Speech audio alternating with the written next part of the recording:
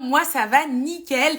On est ensemble pour un live FAQ un peu spécial puisque c'est un live de célébration. Je célèbre le lancement enfin des préventes de ma formation signature Check Ta Paye Top Chrono, donc qui va vous apprendre à vérifier votre bulletin de salaire. Et pour l'occasion, j'ai décidé de faire un live FAQ où je réponds gratuitement en live à toutes vos questions que vous vous posez sur votre paye, votre bulletin de salaire maintenant. Donc si vous avez des questions sur votre paye, votre bulletin de salaire, sur votre carrière aussi, parce que je traite aussi des sujets de négociation salariale et tout, n'hésitez pas à utiliser le chat, la boîte à questions pour me poser vos questions et on va prendre le temps qu'il faut pour y répondre. Donc en fonction de vos questions, je sais pas jusqu'à quelle heure je suis là, mais donc j'avais aussi laissé une boîte à questions en story, donc je vais commencer par les questions de la boîte à questions et en fonction si vous mettez des questions, je vous réponds en direct. Je vois qu'il y a des gens qui me demandent à monter en live, donc si vous voulez monter en live, pourquoi pas. C'est un live célébration, j'espère que vous allez bien, que vous avez passé un bon samedi, même si de mon côté en tout cas, il est un peu gris, mais j'ai quand même pris le temps de faire une sieste et d'aller me balader, donc ça va mieux, j'ai la forme. Ça marche. Alors, je commence avec les questions que j'ai eues de la boîte à questions et j'enchaîne avec vos questions. La première question que j'ai reçue, c'est qu'est-ce qu'on doit vérifier sur un solde de tout compte quand on est licencié? Alors, un solde de tout compte, comme son nom l'indique, c'est le bulletin de salaire sur lequel on va solder tous les comptes entre toi et ton patron. Donc, en gros, la question que tu dois te poser quand on te présente un solde de tout compte, c'est qu'est-ce qu'on est censé me payer? C'est quoi les caractéristiques? Avant même de te jeter sur ton bulletin, réfléchis au type d'éléments de salaire que tu reçois habituellement et est-ce que mon employeur me doit de l'argent? Est-ce que peut-être c'est toi qui dois de l'argent? Par exemple, il y a le cas des RTT où des fois, il y a des boîtes où elles vous donnent tous les RTT de l'année en début d'année. Donc par exemple, si vous avez droit à 10 RTT, ils vous donnent 10 RTT. Et puis vous laissez les poser comme vous voulez. Donc en janvier, si vous voulez, vous pouvez poser 10 RTT. Par contre, si vous partez en février, vous vous doutez bien qu'ils vont vous récupérer certains RTT parce qu'en fait, vous les aviez tout simplement pas cumulés. Donc, il y a vraiment cette notion de solder ses comptes et en fonction du type de licenciement, là, c'était pas précisé, en fonction du type de licenciement, tu peux ou pas avoir le droit à une indemnité de licenciement. Et pareil, là, l'indemnité de licenciement, il va falloir que tu t'intéresses à ta convention collective, au code du travail et que tu refasses le calcul de l'indemnité de licenciement pour voir si tu retombes bien sur les chiffres qui ont été calculés sur ton bulletin de salaire et de cette manière tu vas pouvoir contrôler l'intégralité des éléments. Donc il n'y a pas une chose que je peux te dire c'est comme ça et c'est toujours comme ça parce que en fonction du licenciement, quand tu es licencié pour inaptitude, pour faute grave, pour licenciement économique, tu vas pas forcément avoir exactement les mêmes éléments sur ton bulletin de paye. Par contre, ce qui est constant, c'est que même si tu démissionnes, il y a une chose qu'on est toujours obligé de te payer, c'est les congés payés que tu as acquis, mais que tu n'as pas encore posés. Donc, très clairement, à un moment donné, tu dois trouver sur ton bulletin une ligne congés payés. Sauf si tu as consommé tous tes congés payés et qu'il t'en restait 0. Mais ça, c'est toi qui es censé le savoir. Et après, faut recalculer et il y a une règle de calcul qui existe, par exemple, pour les congés payés. Il faut toujours faire un comparatif entre le 10e de congés payés et la règle du maintien de salaire. La règle du maintien de salaire, c'est le salaire que j'aurais perçu comme si j'avais travaillé. Et la règle du 10e de congé payé, c'est 10% des congés payés par rapport à la période d'acquisition. Donc, quand j'étais en train de cumuler ces congés payés, 10% de ces salaires-là, et je vais faire un calcul pour récupérer celui qui correspond au congé qui me reste. Donc, je sais que c'est un peu technique comme ça. L'idée, et c'est pour ça que je lance d'ailleurs la formation Check Ta Paye, c'est de vous expliquer ça concrètement avec des exemples au sein de la formation et surtout de vous donner un fichier de calcul où vous avez juste à saisir le nombre de congés qui vous reste et le calcul de l'indemnité se fait automatiquement dans les fichiers. Ça fait partie des bonus de la formation et ça vous permet assez facilement de contrôler votre solde de tout compte. Donc n'hésitez pas à me dire si vous êtes intéressé. La deuxième question que j'ai reçue, c'est quelqu'un qui me dit qu'elle veut quitter la société au 31 juillet, mais qu'elle a déjà posé des congés, 2 semaines de congés au mois d'août. Est-ce qu'elle peut demander à ce que les congés ils soient déplacés pour qu'elle puisse quand même partir au 31 juillet? Faut savoir, alors je sais pas dans le cas de cette personne, si cette personne elle a fait une démission ou si c'est un autre type, mais généralement quand on quitte une société, on quitte pas une société du jour au lendemain, il y a ce qu'on appelle un délai de préavis. Et ce délai de préavis, il va varier en fonction de votre statut, en fonction de votre secteur d'activité, votre convention collective, etc. Donc généralement, on est autour de 3 mois pour les cadres, 1 ou 2 mois en fonction si vous êtes pas cadre. Et donc ce délai-là, une fois que vous posez votre démission, ce délai-là, il doit être fait. Donc si vous avez posé des congés payés pendant la période où vous êtes censé être en préavis, ça repousse d'autant la durée de votre préavis. Donc, si vous avez vraiment envie de partir au 31 juillet, ça va être de la négociation avec votre employeur. Vous n'allez pas pouvoir lui imposer de dire « je prends mes congés, mais je veux quand même partir à la date prévue ». Si par contre, en fait, c'est ton préavis qui se termine au 31 juillet, et que tu avais posé des congés au mois d'août, vu que tu seras déjà sorti des effectifs, en fait, ces congés ne seront jamais réellement posés, donc ils vont être payés sur le bulletin de solde de tout compte. Donc, tu n'as pas besoin de les déplacer, si c'était l'objet de la question. Ensuite, j'ai une question sur le calcul du montant net social. Comment est-ce qu'on vérifie le montant net social? Pour ceux qui savent pas ce que c'est le montant net social, c'est un nouveau net à payer qu'on nous a rajouté sur les bulletins depuis l'année dernière et qui permet en fait de renseigner le montant des salaires que vous allez déclarer pour la prime d'activité, notamment à la CAF. Et ce montant net social, c'est votre salaire brut moins l'ensemble des cotisations salariales que vous faites. Et il faut penser à rajouter la part salariale et patronale des montants de prévoyance et de retraite supplémentaire facultatifs que vous pouvez être amené à payer dans votre entreprise. Et ça, je peux pas le savoir pour vous parce que c'est pas tout le monde qui a ce type d'éléments de salaire. Et donc ça, faut le rajouter. Et donc c'est vrai que généralement, le montant net social peut être un peu plus élevé que votre montant, que votre salaire net que vous aviez avant l'habitude de déclarer à la CAF. Et si c'est le cas, je pense que depuis qu'il a été instauré, vous avez dû constater une baisse peut-être des aides que vous avez pu avoir jusqu'à présent.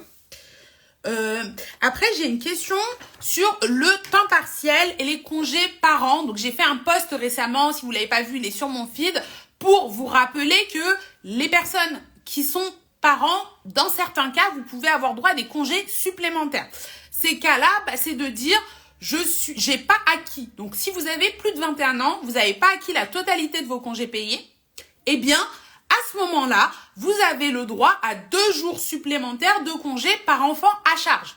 Un enfant à charge, c'est quoi? C'est un enfant à charge un peu au sens des impôts. Si sur votre avis d'imposition, il compte comme enfant à charge, ça compte comme un enfant à charge aussi pour ça. Donc, vous pouvez faire la demande au RH parce que c'est quand même quelque chose qu'on oublie souvent d'ajouter automatiquement. Et donc, si vous la faites pas, des fois, vous les avez pas. Et là, il y a quelqu'un qui me demande, je suis en temps partiel, est-ce que j'ai quand même droit à ces congés par an? Oui, tout à fait. Le fait d'être en temps partiel n'est pas une raison pour laquelle tu n'aurais pas le droit à tes congés par an. Et sa deuxième question qui suit, qui dit, est-ce qu'un temps partiel a le droit au même nombre de congés payés qu'un temps plein? Oui, un temps partiel a le droit au même nombre de congés payés qu'un temps plein. C'est pas injuste parce que tout simplement, un temps partiel va poser exactement le même nombre de jours de congés payés qu'un temps plein. Donc si par exemple, admettons, moi je travaille que le lundi, mardi, et que je pose une semaine de congé, et que je suis en jour ouvré où je pose 5 jours de congé pour une semaine, même si je suis à temps partiel et que je travaille que le lundi, mardi, je vais pas poser que 2 jours. Je vais poser moi aussi 5 jours de congé. Donc c'est pour ça qu'en tant que temps partiel, vous avez exactement le même nombre de jours de congé que quelqu'un qui va être à temps plein. Je vais regarder dans le chat parce que je crois qu'il y a des questions qui sont passées. On va alterner un petit peu entre celles qui ont été posées dans la boîte à questions et celles que vous me posez en direct. N'hésitez pas à utiliser la boîte à questions parce qu'il y a pas mal de gens qui se connectent et du coup après dans le chat ça remonte et après je ne les ai plus. Alors, j'ai une question de Tamlat qui me dit, c'est cool, ça, c'est quoi les 3 ou 5 points importants à regarder sur une fiche de paye? Merci.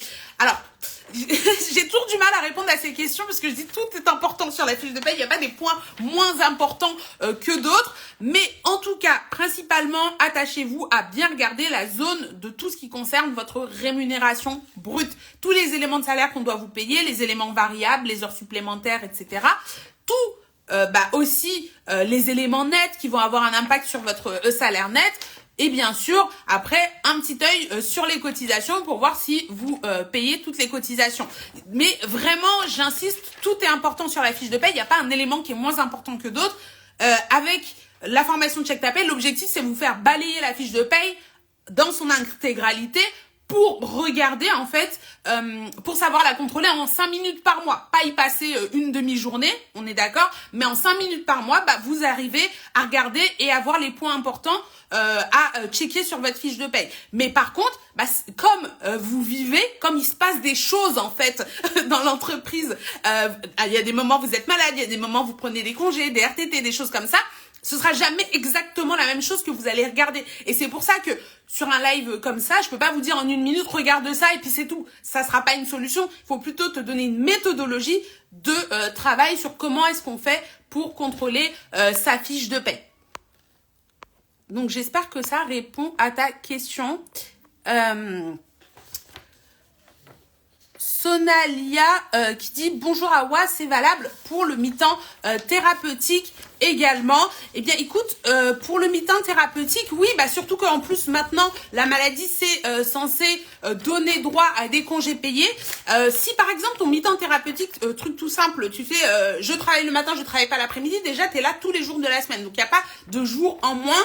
Et après sinon, de toute façon maintenant la maladie professionnelle ne permet pas de retirer des congés, donc en mi-temps thérapeutique aussi, tu as la totalité de tes congés à partir du moment où tu travailles. De toute façon, tu as la totalité de tes congés. Et en vrai, quand je réfléchis, cette loi, elle a même pas impacté ça. En mi-temps thérapeutique, tu es en mi-temps, donc tu as la totalité de tes congés.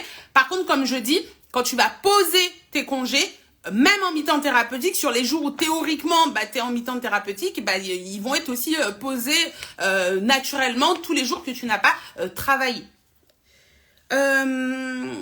Blablabla, j'avais une autre question. Donc, ah oui, alors ça c'est plus une question de négociation salariale. Quelqu'un qui me dit qu'il y a une différence de salaire brut avec quelqu'un d'autre de sa boîte. Il y a une notion, alors j'ai pas tout renoté, mais il y avait une notion de pas la même ancienneté, mais il y en a un qui a plus de diplômes, etc. Alors vraiment, moi sur ces questions-là, je suis pas la bonne personne à laquelle s'adresser, parce qu'en fait pour moi il y a deux cas de figure. Soit tu es victime de discrimination, c'est-à-dire on est au même poste, la personne elle est payée plus que moi, et forcément tu veux résoudre ce problème, ce qui est totalement légitime. Et dans ces cas-là, pour moi, il faut que tu t'adresses à des professionnels du droit qui vont pouvoir analyser ta situation et te dire si tu te retrouves effectivement dans un cas de discrimination, dans un cas où pour un travail égal, le salaire n'est pas égal et que tu es en droit de faire une réclamation et que tu ailles sur ce terrain-là. Soit, en fait, c'est pas sur ce terrain-là que tu as envie d'aller et tu veux négocier ton salaire. Et la question, tu ne vas pas l'aborder du tout de la même manière. C'est-à-dire, comment est-ce que je vais préparer mon entretien? Quels arguments je vais mettre en avant? Comment je vais présenter mon profil pour faire en sorte que mon employeur, il ait envie de m'augmenter et me payer au salaire que je vise. Et moi, c'est sur cette dimension-là que j'accompagne. Sur l'autre dimension, qui est totalement valable et légitime, je vous recommande plutôt de passer ou de recourir au service d'un avocat qui pourra décortiquer votre poste, voir avec vous un petit peu tout ça. Moi, je m'en sers, mais c'est vraiment pour faire de la négociation. C'est pas pour dire c'est légal, c'est pas légal. Ça, c'est pas mon domaine. Mais par contre, en ce moment, si vous achetez la formation Check ta paye, je vous offre aussi la formation Pim ta paye, justement, où je vous apprends à négocier votre salaire pour préparer un entretien de négociation salariale. Donc, ça peut être aussi l'occasion si c'est un sujet qui vous intéresse. Rosalie Larose qui me dit « Je suis en congé parental en ce moment. Est-ce qu'à la reprise, je peux avoir des congés payés ?» Alors, quand tu es en congé parental, il faut savoir que c'est une période où tu ne cumules pas de congés payés. C'est une période où ton contrat est suspendu, tu ne cumules pas de congés payés. Par contre, avant de partir en congé parental, tu avais certainement des congés si tu les as pas soldés. Et ensuite, quand tu vas revenir de congé parental, tu vas recommencer à cumuler des congés. Ce qui est important, c'est de faire attention à ce que le calcul de tes congés, parce que généralement on part pas pile pendant la période d'acquisition de congés où on dit j'ai fait 1 an de congé parental du 1er juin au 31 mai. En général, ça tombe en quinconce, donc quand tu reviens, tu as toujours un petit bout de congé payé qu'on doit te donner. Et ce petit bout, il y a souvent des erreurs de calcul là-dessus, et c'est pour ça que je vous recommande de prendre mon fichier de calcul de l'acquisition des congés payés. Comme ça, vous mettez les périodes que vous avez travaillées et ça vous calcule automatiquement le nombre de congés. Ça, c'est un fichier que je propose gratuitement sur mon compte. D'ailleurs, je l'ai mis à jour récemment avec Mamzelle Excel parce qu'on a intégré justement les périodes de maladie pour le recalculer.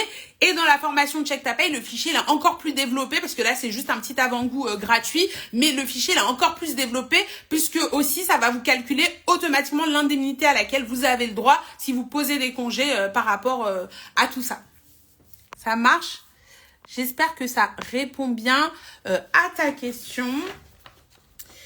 La question suivante que j'ai, c'est sous quel délai est-ce que je peux réclamer mes 2 jours de congés supplémentaires pour enfants à charge, sachant que moi, je suis arrivée en avril 2022, donc est-ce qu'en 2024, c'est pas trop tard? Alors, faut savoir que en tant que salarié, vous êtes censé connaître la loi, hein, vous êtes censé connaître vos droits et nul n'est censé ignorer la loi et il y a un délai de prescription qui touche à tous les éléments de salaire et donc les congés payés, ça s'apparente à du salaire. Donc, le délai de prescription, il est de 3 ans. Donc, si tu arrives en avril 2022, on est en 2024, donc ça fait 2 ans. Donc, normalement, il te reste encore un peu de temps. Mais ne tarde pas trop parce que si tu dépasses le délai de 3 ans, l'employeur n'a plus tenu de te payer ou de te rembourser pour ce truc que tu n'as pas réclamé parce qu'il y a prescription. Donc, voilà. Avec plaisir, Rosalie. Et du coup, justement, dans la formation, on vous donne des modèles de lettres de réclamation, justement, pour pouvoir réclamer vos droits. Mais n'hésitez pas, sur mon site internet, il y a un espace ressources qui est gratuit, où il y a plein de ressources gratuites que vous pouvez utiliser pour prendre des modèles de lettres de réclamation, des fichiers de calcul, des guides pratiques pour négocier votre salaire, négocier une rupture conventionnelle. Donc, voilà. Ensuite, j'ai une question d'une personne qui me dit qu'elle a un solde de tout compte qui a été signé fin février et est-ce que elle peut encore le contester, enfin faire analyser ce solde de tout compte et contester le solde de tout compte. Alors comme je vous le dis souvent, surtout moi je vous recommande de ne pas signer les reçus pour solde de tout compte ou en tout cas de demander à ce que ou encore de demander, enfin de mettre une petite réserve sur le reçu pour solde de tout compte quand vous signez parce que ça fait diminuer vos délais pour lesquels vous pouvez contester. Donc il vous reste, après ce délai-là, il va vous rester plus que 6 mois. Donc là, si tu me dis que c'était fin février, on est au mois de juin, normalement, tu es dans les délais. Ne tarde pas parce qu'une analyse, ça prend du temps. Et sur le site Check Ta Paye, on a une plateforme de vérification de paye avec des gestionnaires de paye qui peuvent vous aider. Donc, n'hésite pas à mettre, à prendre rendez-vous si tu souhaites qu'on analyse ton bulletin de paye. Et l'objectif, en tout cas avec la formation, c'est de vous permettre de faire votre analyse en toute autonomie. Et du coup, quand on en reparlait hier soir à la masterclass, je sais pas s'il y en a parmi vous qui étaient à la masterclass hier soir, mais quand on en parlait, on a pu avoir Asia, une de mes clientes qui a témoigné, qui a pu récupérer sur le solde de tout compte de sa maman plus de 13 600 euros grâce à sa vigilance, grâce au fait qu'elle ait fait analyser son reçu pour solde de tout compte. Donc vraiment, n'hésitez pas à faire analyser dès lors que vous avez un doute. C'est vrai que ça a un coût et c'est pour ça aussi que je propose la formation parce que pour moi, il faudrait que vous soyez autonome pour faire vos vérifs vous-même et que vous n'ayez pas besoin forcément de débourser des sous pour ça. Ce qu'on a dit aussi lors de la masterclass, c'est que c'est vraiment quelque chose qu'on n'apprend pas à l'école. Donc, il faut bien à un moment donné prendre le temps de l'apprendre. Alors, j'ai plusieurs personnes qui me demandent à monter en vidéo en direct. Est-ce que vous voulez faire un live avec moi, c'est ça? Nanouli, c'est Jade. Mais peut-être. Kali qui me dit merci, avec grand plaisir. Je crois que là en tout cas moi je suis arrivée au bout des questions que j'avais dans la boîte à questions, dans la boîte à questions en story. Je vais prendre celle que vous m'avez mise là. Rosalie, alors c'est une question mais je suis pas sûre de l'avoir compris. Tu dis une fiche de paie est-elle valable à vie? Si le salaire n'est pas versé à temps, peut-on appeler un avocat? Alors c'est 2 questions en une, j'ai l'impression. Oui, une fiche de paie, on dit qu'il faut la conserver à vie parce que on peut vous la demander même à la retraite. Donc après la retraite, je sais pas s'il y a vraiment un intérêt de la garder, mais en tout cas ce qu'il y a écrit c'est sans limitation de durée. Donc ça mange pas de pain. Conservez bien vos fiches de paye pour pas avoir de problème, parce que effectivement, ça vous permet de contrôler qu'on vous paye bien ce qu'on vous doit, que votre employeur fait les bonnes déclarations, mais ça vous permet encore et surtout aussi, enfin pas surtout, mais ça vous permet aussi de prouver auprès des différents organismes que on vous a bien prélevé des cotisations si demain vous n'avez pas accès à certains droits.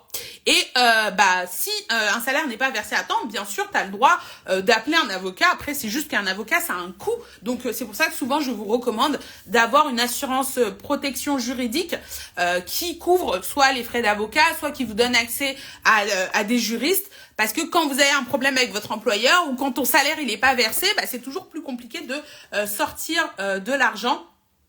Et voilà. Rosalie, elle me dit, pendant mon congé parental pour le salaire, mon syndicat m'a dit que le salaire n'a pas été versé à temps, donc on voulait les mêmes au prud'homme. Alors moi, je suis pas avocate, donc je sais pas ce que... Je saurais pas te dire sur ta situation.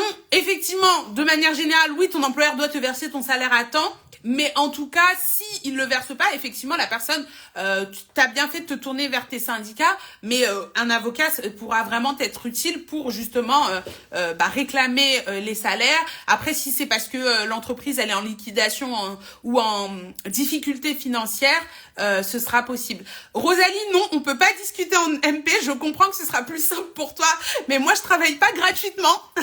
Check ta paye. Mais si tu veux, tu peux tout à fait prendre une consultation avec grand plaisir. Le live, bien sûr, je l'offre comme ça, mais je peux pas malheureusement m'asseoir et discuter avec mes 60 000 abonnés un par un en DM. Sinon, j'ai plus de vie. Même à plusieurs vies, je peux pas en fait. Ça marche, mais en tout cas vraiment si tu as une problématique et que tu sais pas vers qui te tourner, eh bien hésite pas à te renseigner auprès du service de renseignement en droit du travail. C'est un service donc de l'inspection du travail qui pourra t'orienter, mais vraiment si c'est pour une consultation d'ordre juridique, je ne suis pas avocate, il faut que tu vois avec un avocat. Et ouais, mais les conseils c'est payant, Rosalie, c'est payant, c'est du travail. La question que j'ai eue... Alors attends, parce que ça se mélange avec les questions des stories. Alors, il y a Sonalia qui me dit, est-ce que la formation est valable pour la fonction publique également? Non, la formation malheureusement aujourd'hui elle est pas valable pour la fonction publique, elle est réservée au secteur privé. Moi je suis une spécialiste, ça fait 15 ans que je travaille dans le secteur privé, dans la paye du secteur privé, donc elle est spécialisée, mais je sais que dans la commune il y a énormément de personnes de la fonction publique qui galèrent avec leur bulletin, donc c'est un projet que j'ai et que j'espère mener à bien bientôt. Donc n'hésitez pas à vous abonner à la newsletter, à être au taquet sur mes comptes quand je la sortirai cette formation, parce que je vais finir par la sortir. Je vous tiens au courant, mais pour l'instant, vraiment, c'est pas le but. Rosalie, elle me dit, t'as les contacts d'avocats. Oui, je te recommande Nora Mezara, avocate. C'est une avocate avec laquelle je collabore régulièrement. Elle a un compte sur Insta, mais sinon, tu peux aller aussi sur son site internet. Attends, je vais te le noter là. Nora Mezara. Hop, j'espère que j'ai pas écorché son nom.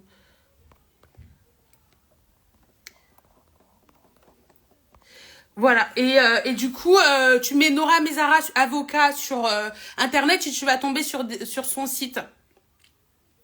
Oui, Sweetie, j'ai déjà répondu à ta question. J'ai dit que oui, les salariés à temps partiel ont le même nombre de CP que les salariés à temps plein, mais je pense que tu n'étais pas encore arrivée. Je viens de te le noter, Rosalie. Normalement, tu l'as vu passer... Ah, on voit pas mon message. Alors, attends, je vais l'épingler. Comme ça, peut-être tu vas le voir. Je sais pas si je peux épingler mes propres messages. Si. Là, tu vois, Nora Mezara. C'est une avocate avec qui je collabore régulièrement et qui est très bien. Coucou Binetou, elle nous dit j'ai démissionné et je viens de recevoir mon solde de tout compte. Quels sont les points d'attention? Ah, mais vous étiez pas là au début du live. J'ai déjà dit le principe Binetou sur un solde de tout compte, c'est vraiment de se dire qu'est-ce qu'on me doit. Donc, toi, si tu as démissionné, à minima, on te doit certainement des congés payés, sauf si tu avais pris tous tes congés et qu'il t'en restait 0. Mais on te doit à minima des congés payés. Et sinon, on te doit tous les éléments de salaire par rapport à ce que tu as eu en fait. Donc, attends, je vais l'épingler comme ça, les gens verront la question. Oui, voilà. Donc, vraiment, ça, c'est hyper important. dis-toi, qu'est-ce qu'on me doit? Si par exemple, je sais pas moi, tu as du salaire, tu as fait des heures sup, tout ça, on doit tout te solder. Si tu as un 13e mois et que ce 13e mois, il est prévu qu'on te le paye quand tu quittes la société, il faut qu'on te le paye au prorata. Si tu as fait la moitié du mois et que tu pars au milieu du mois, il faut qu'on te paye la moitié du mois. Donc tout ça, c'est les éléments sur lesquels il faut que tu fasses attention. Et idéalement, que tu refasses les calculs pour t'assurer que le montant est juste et correspond bien à ce qu'on doit te payer. Parce que c'est vrai que c'est bien de dire « Ah, je vois la ligne », mais c'est mieux d'arriver à l'étape suivante qui est de dire « Ok, je suis d'accord avec le calcul, le montant me va ». Et c'est pour ça, et surtout un des points d'attention quand vous quittez une entreprise, ne signez pas le reçu pour solde de tout compte. Vous aurez plus de temps, si vous avez un doute sur la fiche de paye, pour la faire analyser et pour la contester. Donc, soit vous ne signez pas, soit vous signez sous toute réserve de mes droits, passé, présent, futur. Comme ça, vous êtes sûr que vous êtes ceinture et bretelles et que vous avez le maximum de temps pour truquer. Alors, Oulz Kid qui dit indemnité compensatrice de congé payé, comment le comprendre? Bah, faut prendre la formation Check ta paye. Je peux pas te faire une formation pour t'expliquer le calcul de l'indemnité compensatrice de congé payé, sachant que il faut forcément comprendre la notion de congé payé, comprendre déjà si tes congés payés sont en jour ouvré, jour ouvrable, mais je peux t'expliquer oralement le principe de base. Après, sinon, tu tapes sur Google calcul indemnité de congé payé. J'ai aussi des posts dans le feed. Alors, faudra descendre un petit peu parce que ça fait longtemps que je les ai pas refaits. Mais j'ai des posts où je vous mets comment on calcule son 10e de congé payé avec le calcul.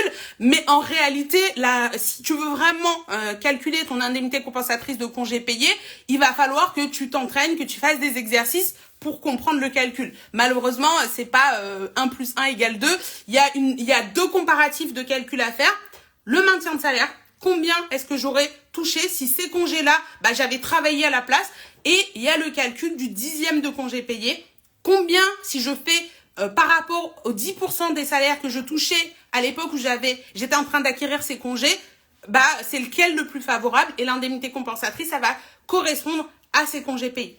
Mais il y a beaucoup plus de nuances et de détails quand tu le mets réellement sur un bulletin de paye. Il y a bien sûr des enjeux si tu as été malade, si tu as été absent pendant la période d'acquisition, à quelle date tu pars. Donc il y a beaucoup d'impact. Et si tu veux vraiment maîtriser ton calcul, vaut mieux que tu prennes le temps de te poser et de faire le calcul en reprenant la formule.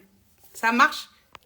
Est-ce que vous avez encore des questions sur la formation ou sur votre bulletin de paye? Simple Gwen qui dit comment vérifier les charges de la fiche de paye et connaître s'il y a des erreurs. Bah déjà, il faut connaître les lignes de cotisation du bulletin de paye, il faut connaître les taux de cotisation du bulletin de paye, il faut connaître les calculs des cotisations du bulletin de paye. C'est la seule façon de vérifier que tes charges sur le bulletin de paye, elles sont correctes et déterminer s'il y a une erreur ou non. En fait, il n'y a pas de recette magique, il n'y a pas de bouton magique. Il faut limite reproduire la paye. Par contre, après, on va dire l'astuce rapide, c'est vraiment de regarder est-ce que j'ai un changement d'un mois sur l'autre. Mais bon, si le mois précédent, il était déjà faux, peut-être que le mois en cours, il sera encore faux. Donc, il y a pas de secret, il y a pas de magie, il faut apprendre. Après, le truc, c'est que je comprends tout à fait que je sais pas c'est quoi ton métier, Gwen, que tu sois pas gestionnaire de paye et que t'aies pas envie de devenir gestionnaire de paye. Et la méthodologie que je développe dans la formation Check ta paye, c'est vraiment de dire, je vous apprends 20% des choses que vous avez besoin de savoir pour comprendre un bulletin de paye et je vous donne des outils qui vont faire les calculs à votre place et qui vont vous permettre, en fait, en entrant quelques informations, d'avoir des résultats sur lesquels vous allez pouvoir vous fier, qui sont différents du calcul qui a été réalisé par le logiciel de paye de votre entreprise et qui vont vous permettre de faire apparaître, en fait, les erreurs et les anomalies. Et donc, c'est ça la vraie plus-value de la formation quand soi-même, on n'a pas décidé de devenir gestionnaire de paye. Mais si on le fait tout seul, à la main, dans son coin, sans avoir de formation de méthodologie, j'ai pas d'autre solution que de dire Gwen, tu récupères toutes les cotisations qui sont censées exister sur un bulletin de paye avec leur taux de cotisation et il faut que tu connaisses le calcul de la cotisation et tu regardes est-ce que ton employeur a bien appliqué ou pas la règle. Généralement, c'est un logiciel qui est paramétré, c'est censé être bien fait. Donc, théoriquement, s'il te le fait bien sur un bulletin, il n'y a pas de raison que ça change. Mais attention, toujours cette vigilance pour éviter que ça déborde.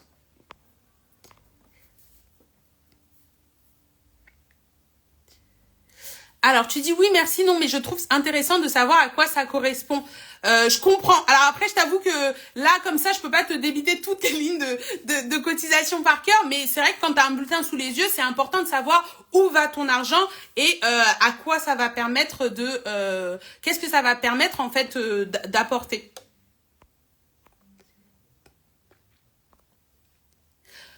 Oulski qui me dit, est-ce que ta formation apporte pour les gestionnaires de paye? Ma formation, elle n'est pas pensée pour les gestionnaires de paye. Faut comprendre qu'un gestionnaire de paye, son rôle, c'est de produire de la paye. Donc, ça veut dire, c'est de faire des bulletins de paye, avant tout. Et une fois que ces bulletins de paye, ils sortent, il va les contrôler pour savoir si elles sont justes et s'il n'y a pas d'anomalie. Et ensuite, il va faire des déclarations. Donc, ça, c'est, en gros, ce que fait le gestionnaire de paye au quotidien dans son métier. Moi, je ne m'adresse pas aux gestionnaires de paye, je m'adresse à des salariés qui sont par ailleurs assistantes de direction, qui sont par ailleurs vendeuses, donc qui n'ont aucune formation en paye et qui se disent, moi, je veux m'assurer qu'il manque pas d'argent sur mon bulletin de paye. Je veux m'assurer que mon employeur, il a fait les bons calculs de paye et que je ne perds pas d'argent là où on m'en doit, que mes droits, ils sont bien respectés. Et donc, ces besoins-là, ils sont pas du tout les mêmes. Donc, une gestionnaire de paye qui a envie de prendre ma formation, bah, prends-la. Mais dis-toi qu'il y a des éléments qui sont importants pour que tu puisses faire ton métier qui ne seront pas traités dans ma formation.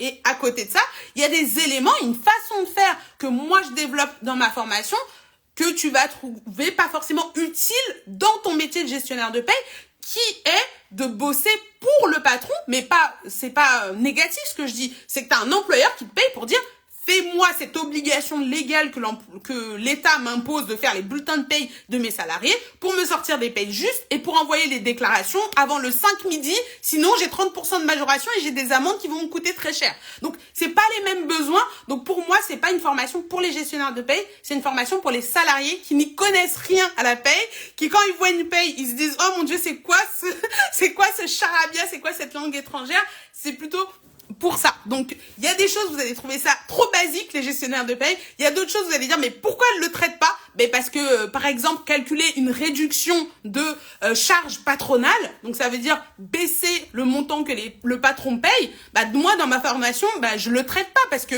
un salarié, il en a rien à faire que son patron, il paye plus ou moins de charges. Lui, ce qu'il veut, c'est s'assurer que lui paye pas trop de charges et que les charges qui sont payées, elles servent bien à financer ses droits. Et ça, c'est comme ça que moi, je traite dans la formation Check Ta Paye.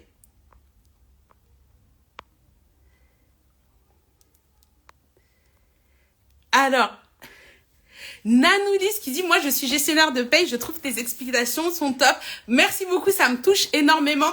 Mon objectif, c'est vraiment de simplifier et de vulgariser au maximum.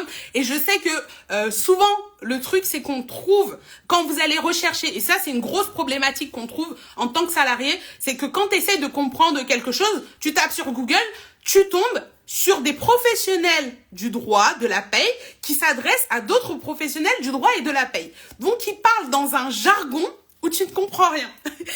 Et moi, ce qui est différent, c'est que vu que je m'adresse à des salariés, je suis obligée de faire cet effort de dire, mais oui, mais eux, ils sont pas dans notre monde de RH et de avocats et de juristes. Donc, on va utiliser le langage de tous les jours. Donc forcément, même pour un gestionnaire de paye, ça a une plus-value parce que c'est aussi quelque chose de plus accessible et c'est pour ça que j'en ai dans la team et qui sont aussi sur mes réseaux. Donc restez, vous êtes évidemment les bienvenus. Et comme je dis, ça peut être un plus de suivre la formation Check Ta Paye, mais ce ne sera pas suffisant, il faut en avoir conscience, il faudra vraiment faire une vraie formation de gestionnaire de paye si tu as envie de t'orienter sur ce métier ou si tu as envie de développer tes compétences de gestionnaire de paye pour travailler dans ce secteur-là. Et du coup, bah, je vais prendre le temps peut-être... Ah non, j'ai une autre question qui est arrivée ici. Alors, il y a quelqu'un qui me dit dans les stories, c'est bien ce soir samedi? Mais oui, je suis en live, rejoins-nous. Oui, ce soir samedi. J'avoue qu'il y en a, ils ont des samedis soirs plus fun que moi. Ça se voit qu'au bout d'un moment, on n'a plus les mêmes genres samedi soir que quand on avait 20 ans, tu vois. Enfin, je ne sais pas quel âge vous avez dans le chat. Mais moi, là... À 20 ans, tu m'aurais dit, je fais un live pour vous parler de bulletin de paye à 21h50 un samedi soir. J'aurais dit, mais qu'est-ce que j'ai mal fait dans ma vie?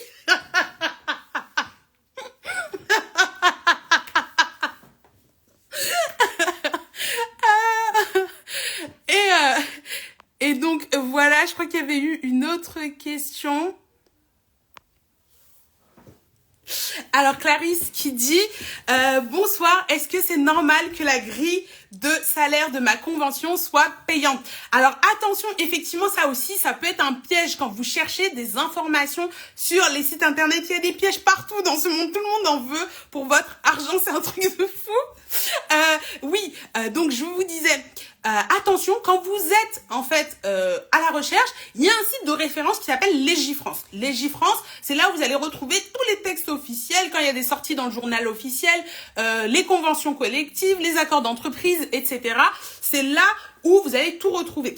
Et du coup, le problème, c'est que Légifrance, faut s'accrocher, c'est difficile de rechercher dedans, etc. Et donc, vous avez des fois des organismes, donc je dis c'est un piège, mais c'est pas un piège, hein, c'est un service qu'ils font, c'est qu'ils vont aller récupérer, par exemple, les grilles des salaires, et ils vont faire des fiches synthétiques avec toutes les grilles des salaires. Et forcément, ils les donnent pas gratuitement. Si tu veux télécharger la grille de salaire, elle est payante sur leur site. Par contre, si toi-même tu vas dans Légifrance, que tu vas chercher le bon article de la convention collective qui parle de la grille des salaires et retrouver la bonne annexe qui va bien, tu vas retrouver gratuitement la grille des salaires. Et c'est pour ça que dans la formation, moi je vous donne ma méthodologie, pas à pas, comment est-ce qu'on fait pour lire dans les textes. Parce qu'en gros, aujourd'hui, on dit souvent, ouais, mais moi, les chiffres, je maîtrise pas, c'est compliqué, etc. Mais le problème, c'est qu'un bulletin de paye, c'est bien avant d'être un document avec plein de chiffres, c'est un document avec plein de règles. C'est toutes ces règles-là qui font que la paye, elle est si compliquée. Et du coup, c'est plus un problème de dire, en fait, si je veux savoir si j'ai droit à des congés supplémentaires et si le chiffre de congés payés qui est écrit dans ma case, elle est juste ou pas, il faut que j'ai compris la règle. Ouais, mais plus de 21 ans, moins de 21 ans, il te reste combien de congés, t'es géré en jour ouvré, en jour ouvrable. Tout ça, c'est ça qui fait la complexité de déterminer est-ce que j'ai le droit ou pas d'adresser ma réclamation. Et on est tiraillé en tant que salarié entre, hop, j'adresse ma réclamation à l'employeur et en fait, je me suis plantée, j'ai mal compris et ça la fout mal quand même, tu viens d'accuser un petit peu ton employeur.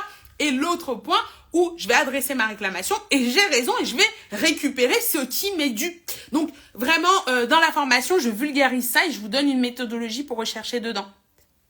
Alors, j'ai eu une autre question, je regarde. Alors, il y a Nanoulis qui nous dit, et pour la formation, comment s'inscrire s'il vous plaît?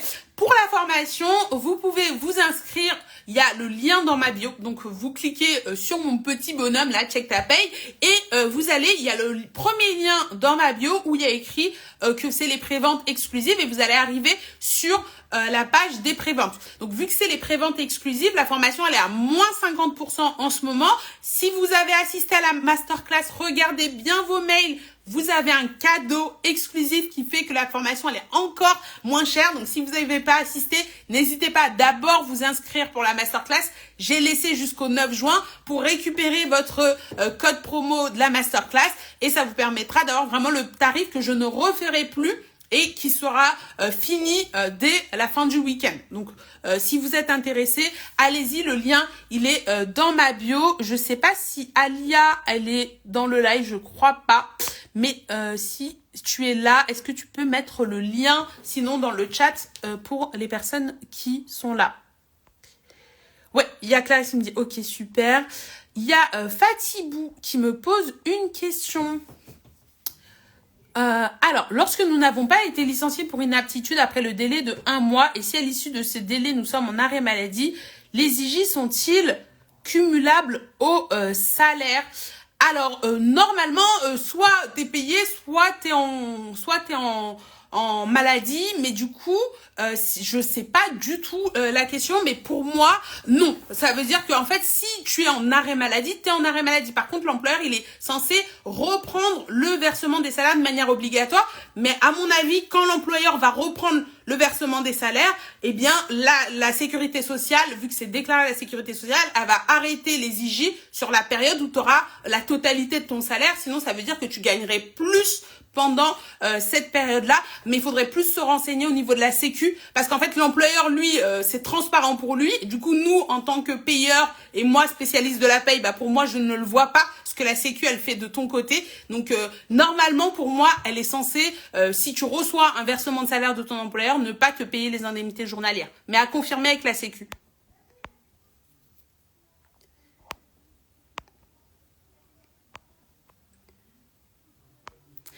Alors, il y a quelqu'un qui me dit, je suis arrivée dans ma nouvelle boîte en mai, est-ce que j'ai droit aux 2 jours de congé supplémentaires? Alors là, moi, je vais vous pousser un petit coup de gueule parce que vous me faites trop rire. Je vous ai mis le post. Je vous ai expliqué la règle en détail, en légende. Je vous ai fait un article de blog comme ça, avec toutes les conditions possibles. Et la règle, elle est hyper claire. Je l'ai vulgarisée maximum. Et tout le monde me dit, alors moi, je suis rentrée en septembre. Moi, je suis rentrée en avril. Mais vous croyez que j'ai que ça à faire? Non, franchement, je peux pas répondre à tous les cas individuels, mais le principe, je l'explique. Le principe, c'est que t'as pas acquis la totalité de tes jours de congé. T'es rentré au mois de mai. Si tu es rentré au mois de mai, j'imagine que t'as pas acquis la totalité de tes jours de congé. Ok, cas numéro 1, c'est coché. Tu as un enfant de moins de 15 ans ou un enfant porteur de handicap. Oui ou non? Si ces deux questions, tu dis oui, tu as le droit à 2 jours de congé supplémentaires par enfant. Et ça, pour moi, c'est important un peu de pousser ce coup de gueule. C'est qu'en fait, des fois, il faut prendre vos responsabilités par rapport à votre bulletin de paie. Et l'idée, c'est de vous donner cette autonomie, en fait. Moi, en fait, je me dis, c'est pas Awa qui doit donner la bonne réponse. C'est moi qui dois être en capacité de savoir c'est ok ou c'est pas ok. Parce qu'Awa ne sera pas toujours avec moi pour me dire la bonne réponse. Et justement, j'aurai jamais quelqu'un avec moi tout le temps pour me dire la bonne réponse.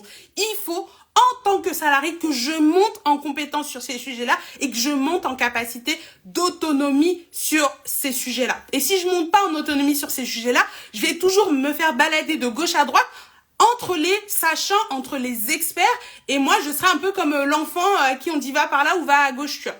Donc très clairement, Binetou, oui, je réponds quand même à ta question. Normalement, tu y as droit puisque tu es rentré en cours de période et que tu as des enfants à charge. J'imagine, sinon tu me poserais pas la question. Donc oui, normalement, tu y as droit. Donc n'hésite pas à faire ta réclamation.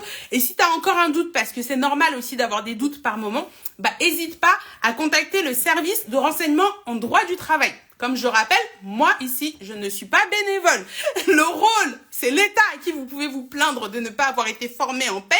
Donc, l'État, il a un service qui s'appelle le service de renseignement en droit du travail que tous les salariés du secteur privé ont le droit de contacter pour poser leurs questions sur le droit du travail. Donc, si vous voulez aller plus loin et que dans mes posts, j'ai pas été suffisamment claire, n'hésitez pas justement à aller leur poser vos questions. Oui, c'est du service public. Oui, c'est un peu long pour avoir une réponse, mais le gratuit, c'est toujours du service gratuit, quoi. Alors, il y a une question de Fatibou qui nous dit, tu peux nous parler des CP avec la nouvelle loi? Il semble que nous pouvons réclamer les CP non comptabilisés durant les arrêts maladie. Alors oui, effectivement. Alors bon, en fait, c'est une nouvelle loi sans être une nouvelle loi. Très concrètement, ça fait très longtemps que l'Europe nous dit que vous n'avez pas le droit, les employeurs, de enlever des congés payés pendant les maladies aux salariés. Et la France faisait la dure de la faille depuis plusieurs décennies. Donc pour vous dire que des fois on sait, mais on veut pas. Ils ont décidé que non. Et en septembre, en fait, il y a eu une jurisprudence de la Cour de cassation qui a dit arrêtez de faire n'importe quoi, s'il vous plaît. Vous dépendez de l'Europe. Donc, ce que dit l'Europe, ça compte. Et donc, concrètement, vous devez arrêter de piquer les congés aux salariés.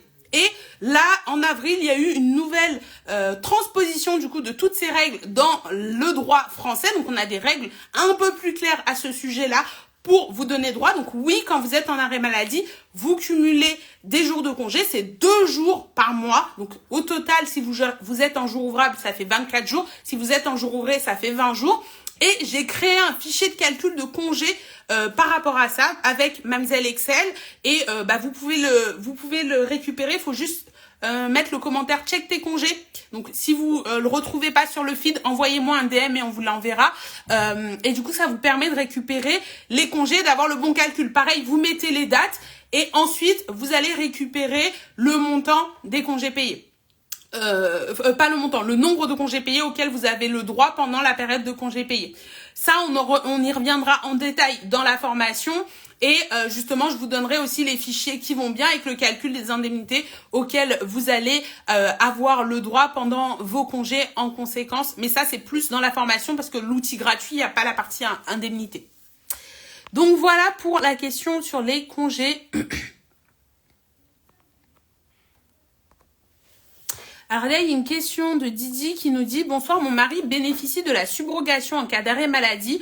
Pour les impôts, la Sécu a déclaré ce qu'elle a versé à l'employeur, mais l'employeur n'a pas déduit des salaires. Je suis perdue. Alors, écoute, j'ai pas compris. Donc, s'il bénéficie de la subrogation, ton employeur, théoriquement, il est censé récupérer les indemnités journalières à la place de ton mari et il est censé les reverser sur son bulletin de salaire. Ça, c'est la règle générale en cas d'arrêt maladie.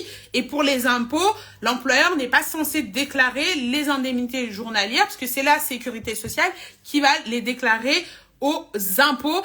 J'avoue que la gestion de l'arrêt maladie, c'est complexe. Sans avoir plus de détails sur ton cas, la situation que tu me décris, c'est la règle générale. Après, il y a toujours forcément des cas particuliers, mais là, je sais pas quelle est ta question en fait. Mais l'employeur, il est censé en tout cas verser s'il y a un maintien de salaire, maintenir le salaire et reverser les indemnités journalières de sécurité sociale, et il doit pas les déclarer aux impôts puisque c'est la Sécu qui le fait. Ça marche. Alors, il y a des questions.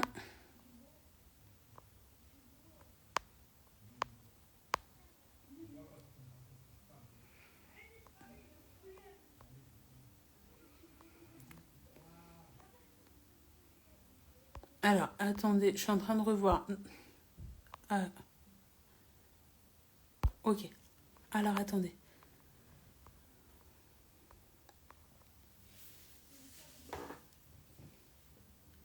Y a-t-il une obligation légale de CP posée sur un repos hebdomadaire si CP posé la veille? En fait, la règle avec les jours de congé, la pose des congés payés, et ça on y revient en détail, c'est vraiment de dire on pose des congés sur tous les jours où vous êtes censé avoir travaillé.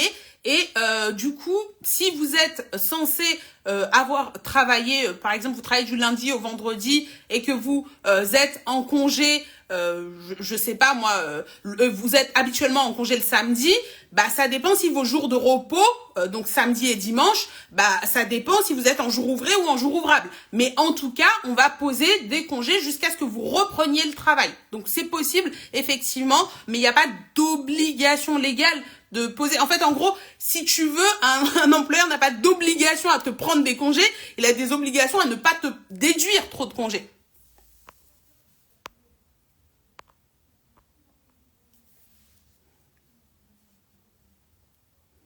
Alors, Fatih qui dit « Je pense que Didi voulait savoir si c'est normal que les IJ figurent sur son avis d'imposition de son mari alors qu'elle déclare les salaires normalement versés par son employeur dans le cadre de la subro. » Alors, merci pour la clarification, j'avais pas compris.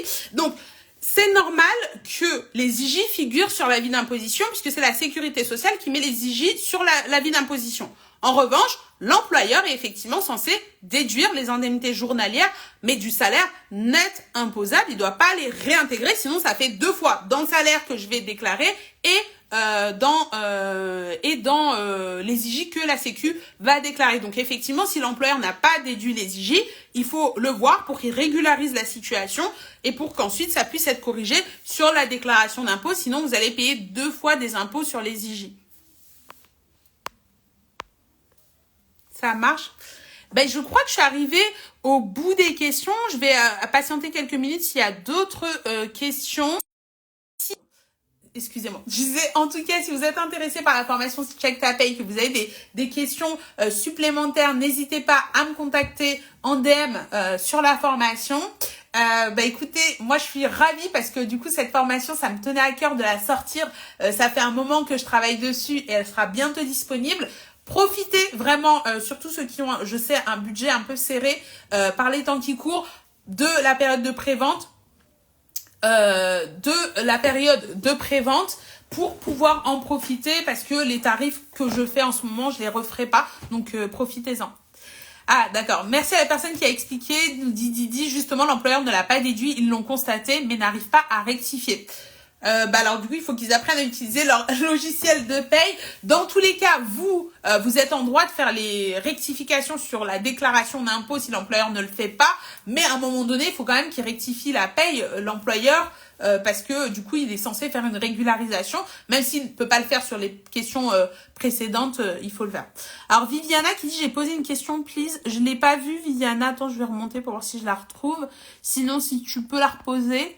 Comme ça, je la revois parce qu'il y a beaucoup de questions et de gens qui rejoignent le live. Du coup, je les vois pas.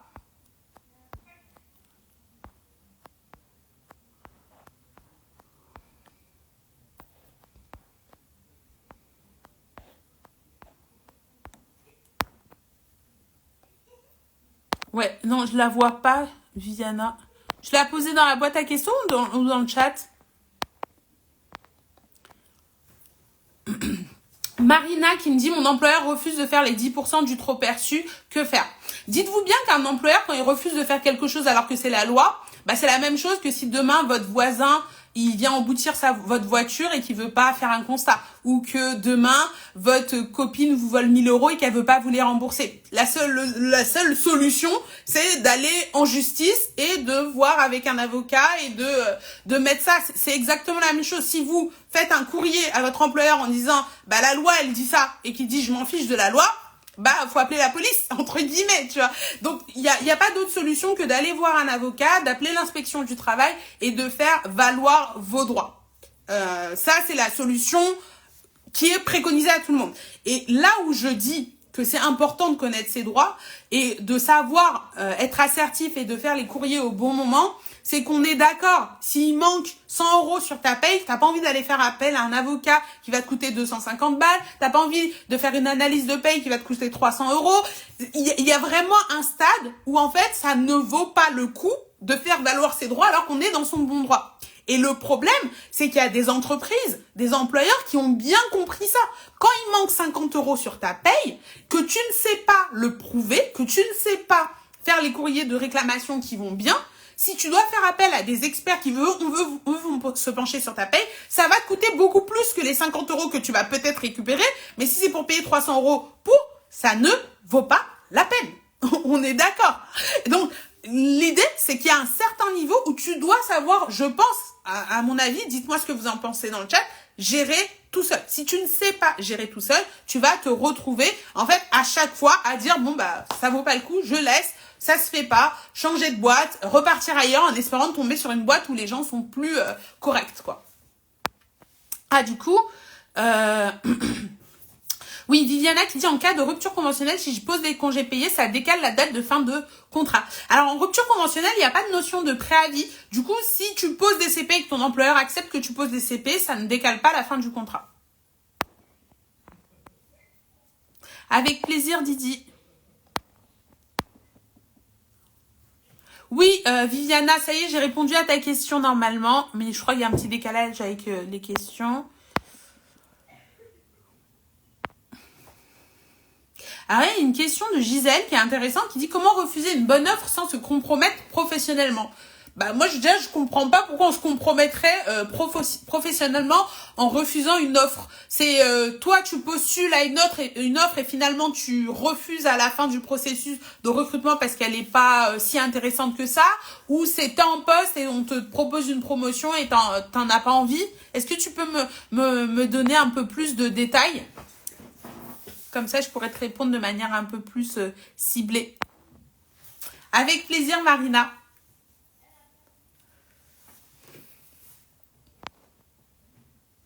Si tu es encore là, Gisèle. Mais du coup, d'une manière générale, moi, je trouve que les salariés disent pas assez non, en fait. Dire non, je trouve que ça vous donne de la valeur et faut en prendre conscience. Quand on te propose une offre pourrie, tu dis excusez-moi, ça ne m'intéresse pas. Et je vois pas en quoi ça peut te compromettre professionnellement. En tout cas, quand c'est en externe, ça m'intéresse pas. Après, quand c'est en interne, effectivement, si aujourd'hui t'as un poste, t'es bon dans ton job et qu'on te propose une promotion et que tu te dises non, faut se dire qu'est-ce que ça va compromettre? Parce que là, on te propose d'évoluer et tu dis non. Donc, soit c'est parce que tu es vraiment très bien dans le job dans lequel tu es et il n'y a pas de raison que ça te compromette, puisque de toute façon, tu n'as pas d'aspiration d'évoluer professionnellement là-dessus. Et je pense que pour moi, l'authenticité, la transparence, c'est le plus. C'est vraiment de dire, écoute, l'équilibre que j'ai aussi, les missions qui sont dans le poste m'intéressent et je suis pas intéressée par votre poste. À partir du moment où c'est dit gentiment, sans dire non, votre truc il est trop nul, vous m'avez pris pour qui, enfin voilà, je vois pas pourquoi ça peut compromettre quelqu'un de refuser une offre. C'est comme on t'invite à un date, tu dis non, écoute, la personne est peut-être frustrée, mais mais qu'il y a que les gens bizarres qui commencent à t'insulter parce que en fait t'étais moche. Donc voilà quoi. Est-ce que vous avez encore des questions? Non, pas de questions supplémentaires. Ok. En tout cas, je suis ravie d'avoir eu ce moment avec vous. Rappelez-vous, la formation, elle est là encore que quelques jours à moins 50%. Donc, profitez-en pendant que c'est possible. Sachant qu'il y a des super bonus. Il y a le super bonus de ma formation PIM-Ta-Paye. Donc, toutes les personnes qui sont intéressés par la négociation salariale, sachez que jusque jeudi soir, j'offre ma formation PIM-Ta-Paye sur préparer un entretien de négociation salariale, en plus de la formation Check Ta Paye si vous passez commande. Et aussi, il y a une masterclass avec un conseiller en gestion de patrimoine qui est offert. Un conseiller en gestion de patrimoine qui justement va venir vous apprendre à exploiter les avantages sociaux de votre entreprise et à payer moins d'impôts, à connaître toutes les astuces pour payer moins d'impôts. Vraiment, prenez conscience que c'est bien d'aller grappiller, de trouver des personnes qui arrivent à vous partager, comme je le fais ici en live, des astuces, mais ça remplacera jamais le fait que vous ayez vraiment un niveau de montée en compétences. Et à un moment donné, c'est beau de dire oui, je maîtrise pas mon bulletin de paye, l'école m'a pas appris, mais il y a plein de choses que l'école nous apprend pas et qu'on fait quand même. Et puis deux, si l'école elle avait pas intérêt à vous apprendre ça, si ton patron il a pas intérêt à ce que tu saches ça, toi t'as intérêt à maîtriser ta paye pour tes propres intérêts. Donc t'as tout intérêt aussi à investir un peu de ton argent pour économiser beaucoup plus d'argent dans le futur. La formation, je l'ai vraiment pensé pour qu'elle soit la formation qu'un salarié il fait une fois dans sa vie, dans sa carrière, et après il est vraiment on va dire ceinture et bretelles là-dessus et qui comprennent vraiment son bulletin de paye. Y a Viviana qui dit question sur la rupture conventionnelle. Ma boîte m'a proposé de sortir, mais si j'ai bien compris, si j'accepte, j'ai que 6 semaines pour finir le contrat avec eux. Après, une date de rupture conventionnelle, ça se négocie à une date de départ de rupture conventionnelle, mais effectivement, il y a le temps de la procédure de rupture conventionnelle, mais il n'y a pas de notion de préavis dans une rupture conventionnelle. Ça marche. Écoutez, je vous souhaite une excellente soirée. Je suis dispo en DM si vous avez des questions sur la formation, si vous avez des doutes ou quoi que ce soit avant de passer à l'action. N'hésitez pas si vous ne retrouvez pas le lien. Alors Zakia, elle me dit, est-ce qu'on peut financer la formation avec le CPF? Non, Zakia, la formation n'est pas finançable le CPF. En termes de modalité de paiement, vous avez la possibilité de le payer avec PayPal en une fois. Je crois que PayPal aussi propose le paiement en 4 fois possible. Et aussi, vous avez aussi la possibilité de le payer par carte bancaire en une fois ou en 2 fois sur le site. Donc, c'est à vous de voir les modalités de règlement. Pour rappel, quand je vais la sortir, elle sera à 499 €, cette formation que tu suis une fois dans ta vie. Aujourd'hui, elle est à moins 50% à 249,50 €. Et du coup, avec un petit bonus pour ceux qui se sont inscrits sur la masterclass. Si vous n'êtes pas encore inscrit, vous pouvez encore le faire. Envoyez-moi juste un DM. Oui, Binetou, je te demande juste une seconde. Je t'écris le lien vers la formation. Du coup, je l'écris en entier, donc vous me pardonnerez le temps que je vais prendre.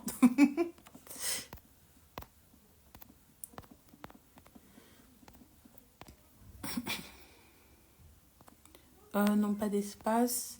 Et vous avez...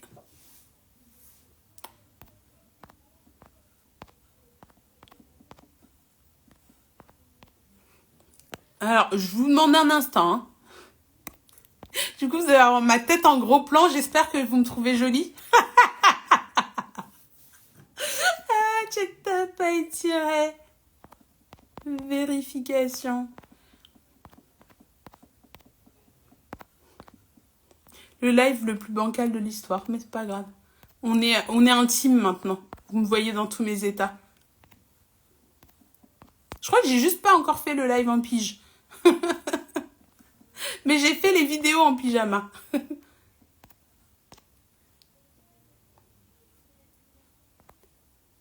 Voilà. Bon.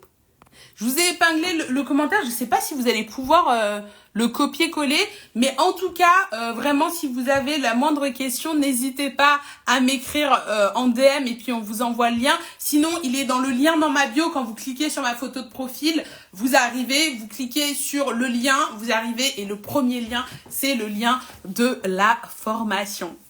Ça marche. Il y a d'autres questions ou pas ? Parce que j'ai dit que je répondais à toutes les questions.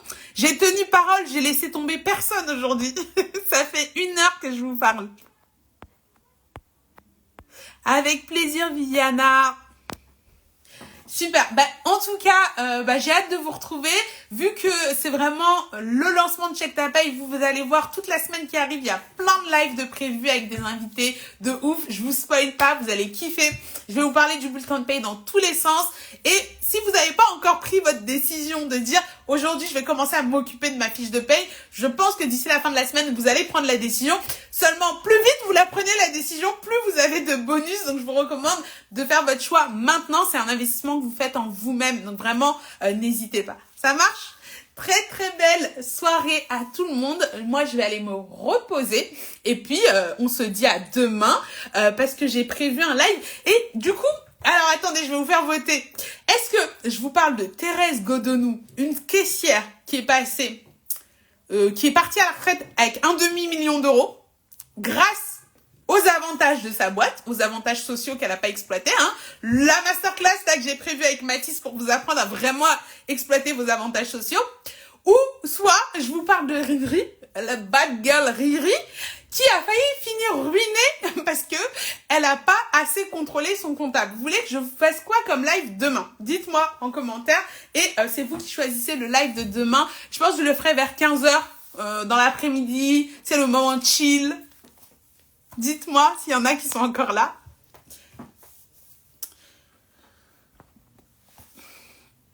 Non.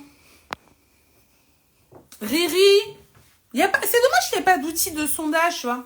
Ah, Bineto, elle a dit la caissière. Ah, vous êtes curieux sur la caissière Thérèse. Ok. Du coup, c'est Thérèse qui gagne. Ça marche. Je vous fais un petit topo détaillé. Je vais vous prendre ma meilleure voix de storyteller. En plus, j'ai retrouvé une vidéo d'elle en plus récemment. Allez pas la regarder. Je vais vous raconter demain en live. Et je vais vous raconter. Fanny, elle a tout compris. Elle a dit les deux, s'il vous plaît. On verra si je suis de bonne humeur. Mais dans tous les cas, dans la semaine, je vais vous parler des deux. Ça fait partie des choses dont j'ai envie de vous parler puisqu'il y a des leçons de ouf à tirer. Et justement, ça va être l'occasion de se pencher sur la question et de comprendre comment, en fait, des fois, on se dit moi, je gagne pas assez, donc je peux pas, donc je suis machin. Mais à côté de toi, en fait, je me dis, à la même époque que Thérèse qui est partie avec un demi-million d'euros, s'il vous plaît, les gens. Un demi-million avec un salaire de caissière. Il y avait d'autres caissières qui étaient là et toute leur vie, ils ont eu du mal à joindre les deux bouts. Et quand ils sont passés à la retraite et que leur salaire a encore baissé, ils ont encore eu du mal à joindre les deux bouts. Encore pire. Donc, c'est vraiment que, ok, bien sûr, le salaire, ça joue et je suis la première à toujours vous dire de négocier. Mais comment on gère ça aussi, ça joue beaucoup, quoi. Donc, voilà. Je vous souhaite une très très belle soirée toutes et tous. Et puis, je vous dis à demain. Ciao, ciao.